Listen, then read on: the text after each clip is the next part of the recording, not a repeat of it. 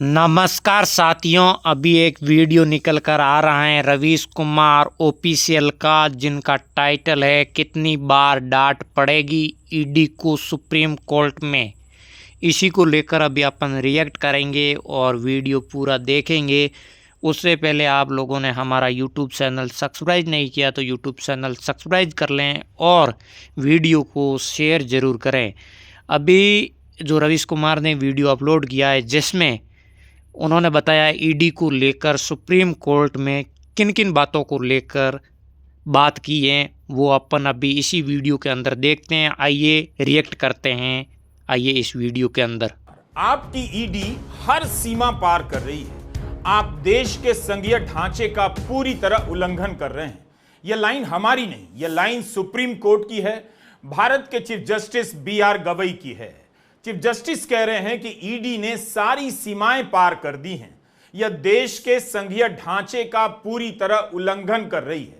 तो इसके मायने समझिए, इसके खतरे देखिए। सोचिए, अगर सुप्रीम कोर्ट ने ईडी के खेल को एक बार नहीं कई बार नहीं पकड़ा होता तो अब तक इस देश में विपक्षी दल नहीं बचता, विपक्ष में कोई नेता दिखाई नहीं देता, ना विपक्ष की कोई सरकार दिखती, ना आवाज उठाने वाला कोई पत्रकार या कोई आवाज नजर आती।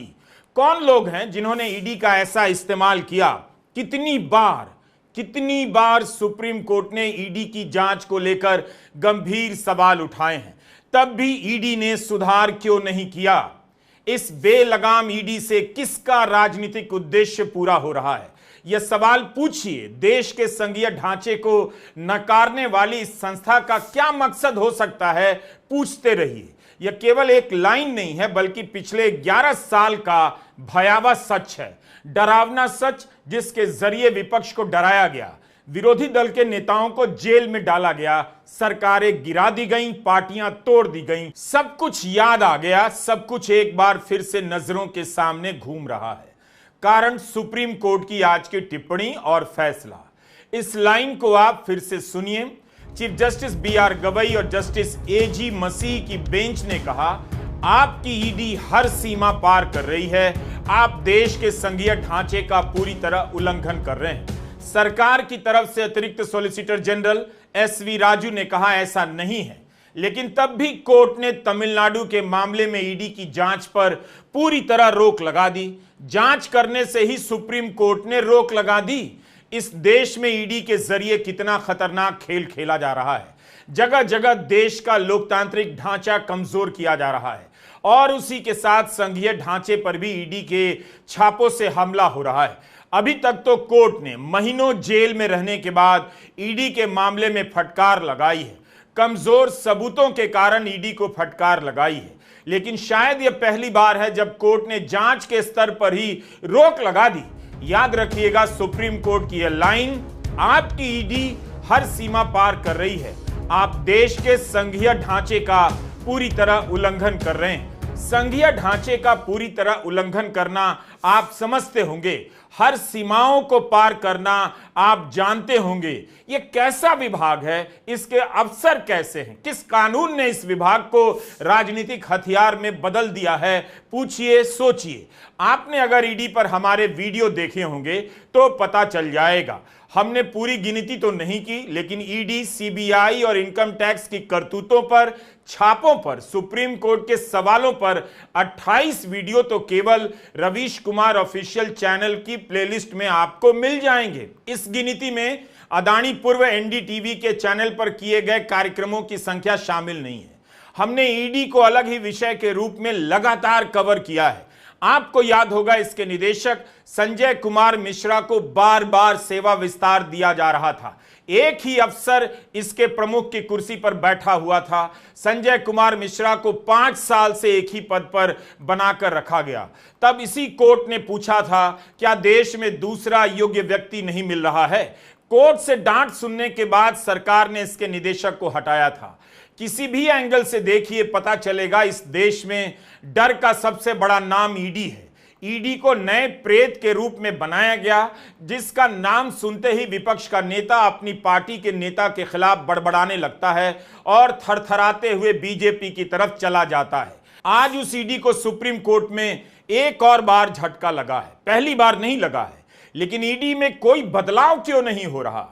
Chief justice of India B R. Gavai और जस्टिस ए.जी. मसीह की पीठ तमिलनाडु के एक मामले की सुनवाई कर रही थी। ईडी वहां की सरकारी शराब वितरण कंपनी तमिलनाडु राज्य विपणन निगम TASMC टैस्मैक में कथित धांधली के मामले की जांच कर रही थी। सुप्रीम कोर्ट ने ईडी की जांच पर रोक लगा दी है।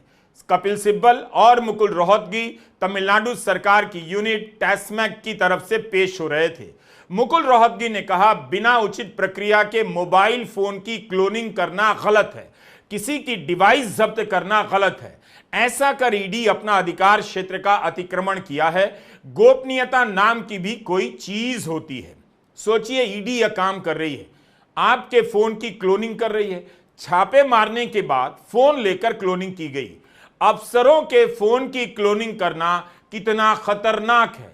कपिल सिब्बल इस बात को आगे बढ़ाते हुए कहते हैं, यह सुनिश्चित किया जाए कि डिवाइस से यानी फोन या लैपटॉप से निकाले गए किसी भी डेटा का इस्तेमाल न हो। कपिल सिब्बल ने कहा कि राज्य ने लिकर आउटलेट ऑपरेटर के खिलाफ खुद ही 41 FIR किए हैं। ये FIR 2014 से लेकर 21 के बीच दायर हुई है। 2025 में ईडी अचानक इस केस में दखल देती है, छापे मारती है। अब याद रखिए, इस तारीख का क्या संबंध है? 26 में तमिलनाडु में चुनाव होने वाला है और अभी से शराब को लेकर छापे पड़ेंगे। दिल्ली में शराब को लेकर मुद्दा बना और वहां भी राजनीतिक मुद्दा बनना शुरू होता। लेकिन अफसरों के फोन ले लिए गए। क्या आप जानते हैं कि फोन की क्लोनिंग करना कितना खतरनाक हो सकता है? आपका फोन लेकर उसकी नकल कर ली जाए तो नकल करने के बाद उस डेटा का कैसे इस्तेमाल होगा, आप अंदाजा भी नहीं लगा सकते। क्लोनिंग से कितने बड़े बड़े फ्रॉड हो जाते हैं। यह बहुत डरावना है, जिसे आज कपिल सिब्बल और मुकुल रोहतगी ने कोर्ट के सामने रखा। सामान्य सा गूगल सर्च कीजिए, फोन की क्लोनिंग के खतरों के बारे में आपको पता चल जाएगा। ऐसा कर कोई आपके फोन से सारा डेटा ले सकता है, आपके बैंक से पूरे पैसे गायब कर सकता है, आपके फोन से कोई और अपराध कर सकता है। जो अपराध आपने नहीं किए हैं उसमें आपको फंसा सकता है। आपके लिए साबित करना मुश्किल हो जाएगा। अहमदाबाद के एक व्यापारी का सिम कार्ड क्लोन करके धोखेबाजों ने 3 घंटे में 2 करोड़ से अधिक की राशि निकाल ली। व्यापारी को अचानक नेटवर्क बंद होने का अनुभव हुआ, जिसके बाद उसने पाया कि उसके खाते से कई बड़े लेन देन हो गए। आखिर ईडी किसी अफसर का फोन लेकर क्लोनिंग कैसे कर सकती है? अगर यह आरोप है तो इसकी अलग से जांच होनी चाहिए। तब तो फिर इस देश में कोई भी सुरक्षित नहीं। आप अपराध ना भी करें तो आपके फोन की क्लोनिंग कर आपको फ्रॉड बना दिया जाएगा। तभी कोर्ट ने कहा कि ईडी सारी सीमाओं को पार कर रही है, नौकरशाही कैसे होने दे रही है। इस तरह का खेल जारी रहा तो हर अफसर ब्लैकमेलिंग का शिकार हो सकता है। उसकी हर गतिविधि को आपराधिक बना दिया जाएगा। आप अफसर होकर भी गुलामों की तरह कांपते रहेंगे। अगर आप अब भी इस खेल को नहीं समझ रहे और इसके खिलाफ नहीं बोल रहे तो इसका मतलब है कि आप जानबूझकर अनजान बन रहे हैं या मामला बहुत आगे निकल चुका है। आप सोचिए, हाईकोर्ट के स्तर पर क्या हो रहा है। खुद सुप्रीम कोर्ट ने भी हाईकोर्ट को लेकर कई बार टिप्पणियां की हैं। हमने अपने पुराने वीडियो में इन सबको शामिल किया है। टैस्मैक और तमिलनाडु सरकार ने ईडी की कार्रवाई के खिलाफ 3 रिट याचिका दायर की मद्रास हाईकोर्ट में। तीनों ही याचिकाएं रिजेक्ट हो गईं। 23 अप्रैल को मद्रास हाईकोर्ट ने टैस्मैक के उन आरोपों को खारिज कर दिया जिसमें कहा गया था कि जांच के दौरान ईडी ने उनके कर्मचारियों और अधिकारियों को परेशान किया। तब कोर्ट ने कहा, सबूतों को नष्ट होने से बचाने के लिए छापे और औचक निरीक्षण के दौरान कर्मचारियों को हिरासत में लेना एक प्रक्रिया का मामला है। इसके बाद तमिलनाडु की सरकार सुप्रीम कोर्ट पहुंची। सुप्रीम कोर्ट में शायद पहले ही सुनवाई में सुप्रीम कोर्ट को दिख गया कि ईडी संघीय ढांचे का उल्लंघन कर रही है, सारी सीमाओं को पार कर चुकी है। हाई कोर्ट को क्या इतना खतरनाक खेल नहीं दिखा? हाईकोर्ट में दायर याचिका में कहा गया था कि 6 और 8 मार्च के बीच ईडी ने जो तलाशी ली, जो जब्ती की, वो गलत है, अवैध है। सुप्रीम कोर्ट ने भी ईडी की कार्रवाई की वैधता पर सवाल उठाए। कोर्ट ने केंद्र सरकार के वकील से पूछा, आप एक निगम के खिलाफ कैसे केस कर सकते हैं? किसी व्यक्ति के खिलाफ केस कर सकते हैं, अलग बात है। लेकिन निगम के खिलाफ कैसे केस कर सकते हैं? ध्यान से सुनिए और सोचिए। सुप्रीम कोर्ट ईडी से पूछ रहा है विधेय अपराध कहां है, आपने एक निगम पर कैसे केस कर दिया? ईडी के वकील राजू ने कहा यह मामला करोड़ों रुपए के कथित मनी लॉन्ड्रिंग का है, ईडी ने कुछ भी गलत नहीं किया। तब कोर्ट ने कहा ईडी अपनी शक्तियों का अतिक्रमण कर रहा है। कोर्ट ने यह भी कहा कि हम एक और बार कह रहे हैं मिस्टर राजू, आपकी ईडी हर सीमा पार कर रही है, आप देश के संघीय ढांचे का पूरी तरह उल्लंघन कर रहे हैं। एसवी राजू ने कहा ऐसा नहीं है, एक सप्ताह में ईडी डिटेल रिप्लाई दायर करेगी। लेकिन आज कोर्ट ने जो कहा वह केवल आज के लिए नहीं है, आज के मामले तक सीमित नहीं है। आपको याद दिलाना चाहते हैं ईडी को लेकर कोर्ट ने क्या क्या कहा है। हरियाणा चुनाव चल रहा था, सितंबर 2024 के आसपास का मामला है। उस समय कांग्रेस के एक नेता के घर ईडी का छापा पड़ता है। क्या आपको पता है कि उनकी गिरफ्तारी को लेकर पंजाब एवं हरियाणा हाईकोर्ट ने क्या कहा? अवैध कहा था, अवैध रूप से कांग्रेस के उस नेता की गिरफ्तारी की गई थी। यानी अब बहुत आसान है, भेजो ईडी को, अरेस्ट करवा लो, या नहीं तो और क्या हो रहा है, सब कुछ साफ साफ दिख रहा है। जब कांग्रेस के विधायक सुरेंद्र पवार की अवैध गिरफ्तारी को रद्द करते हुए पंजाब और हरियाणा हाईकोर्ट के जस्टिस महावीर सिंह सिंधु ने कहा था कि ईडी की हरकतें इनडिफेंसिबल इन लॉ हैं, यानी इस एजेंसी ने ऐसा काम किया है जिसका बचाव कानून के सामने नहीं किया जा सकता। उन्होंने यहां तक कह दिया कि 14 घंटे पूछताछ करके आप कोई हीरो नहीं बन जाते। अवैध खनन मामले में सुरेंद्र पवार 68 दिनों तक अंबाला जेल में रहे। 68 दिनों में ईडी का केस ध्वस्त हो गया। सितंबर 2024 में सुरेंद्र पवार को रिहा करते हुए जस्टिस महावीर सिंह सिंधु की बेंच ने कहा था कि प्रथम दृष्टया याचिकाकर्ता को किसी भी तरह से किसी भी अवैध गतिविधि में संलिप्त नहीं पाया गया जिससे पीएमएलए के तहत मनी लॉन्ड्रिंग का अपराध सिद्ध हो सके। ईडी को अनावश्यक उत्पीड़न करने से बचना चाहिए।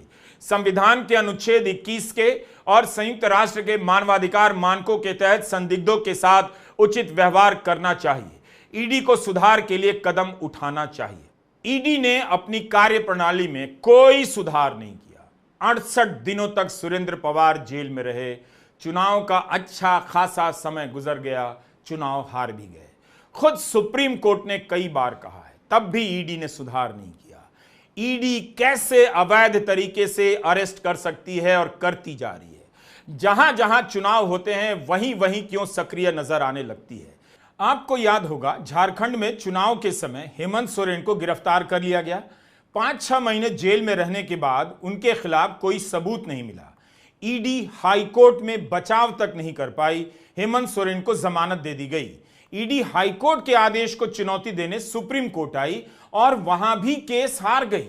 सुप्रीम कोर्ट ने झारखंड हाईकोर्ट के आदेश को सही पाया।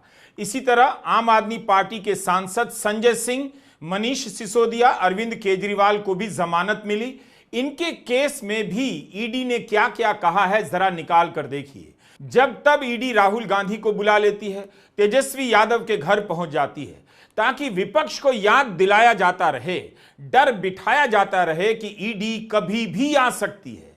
इन सब की जमानत के समय ईडी की जांच और सबूतों के बारे में सुप्रीम कोर्ट ने जो कहा है उसे आपको याद करना चाहिए। बाकायदा आंकड़े हैं कि कम से कम 25 ऐसे नेता हैं जो जांच एजेंसियों की कार्रवाई के कारण अपनी पार्टी छोड़ गए, बीजेपी में चले गए।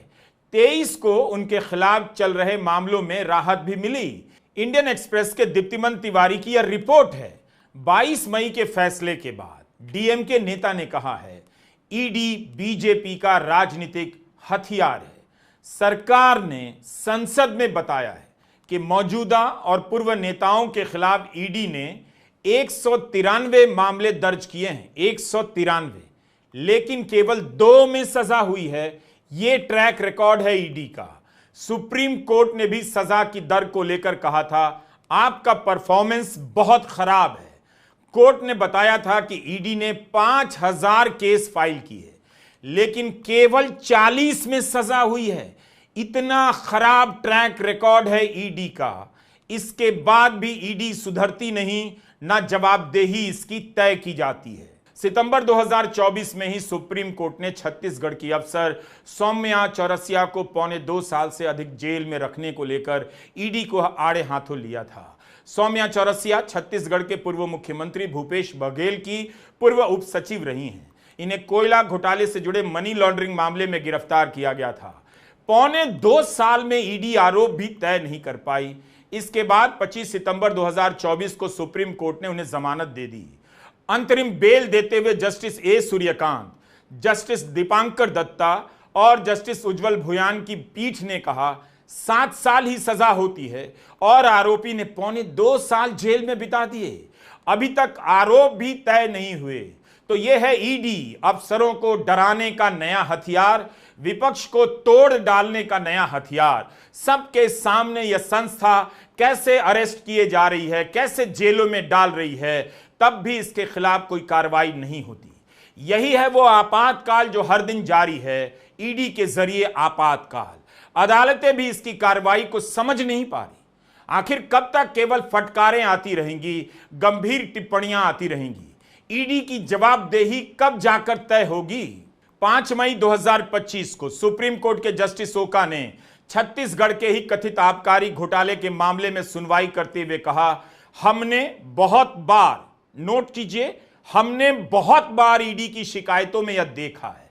एक पैटर्न है बिना कोई रेफरेंस दिए हुए आरोप लगा देने का।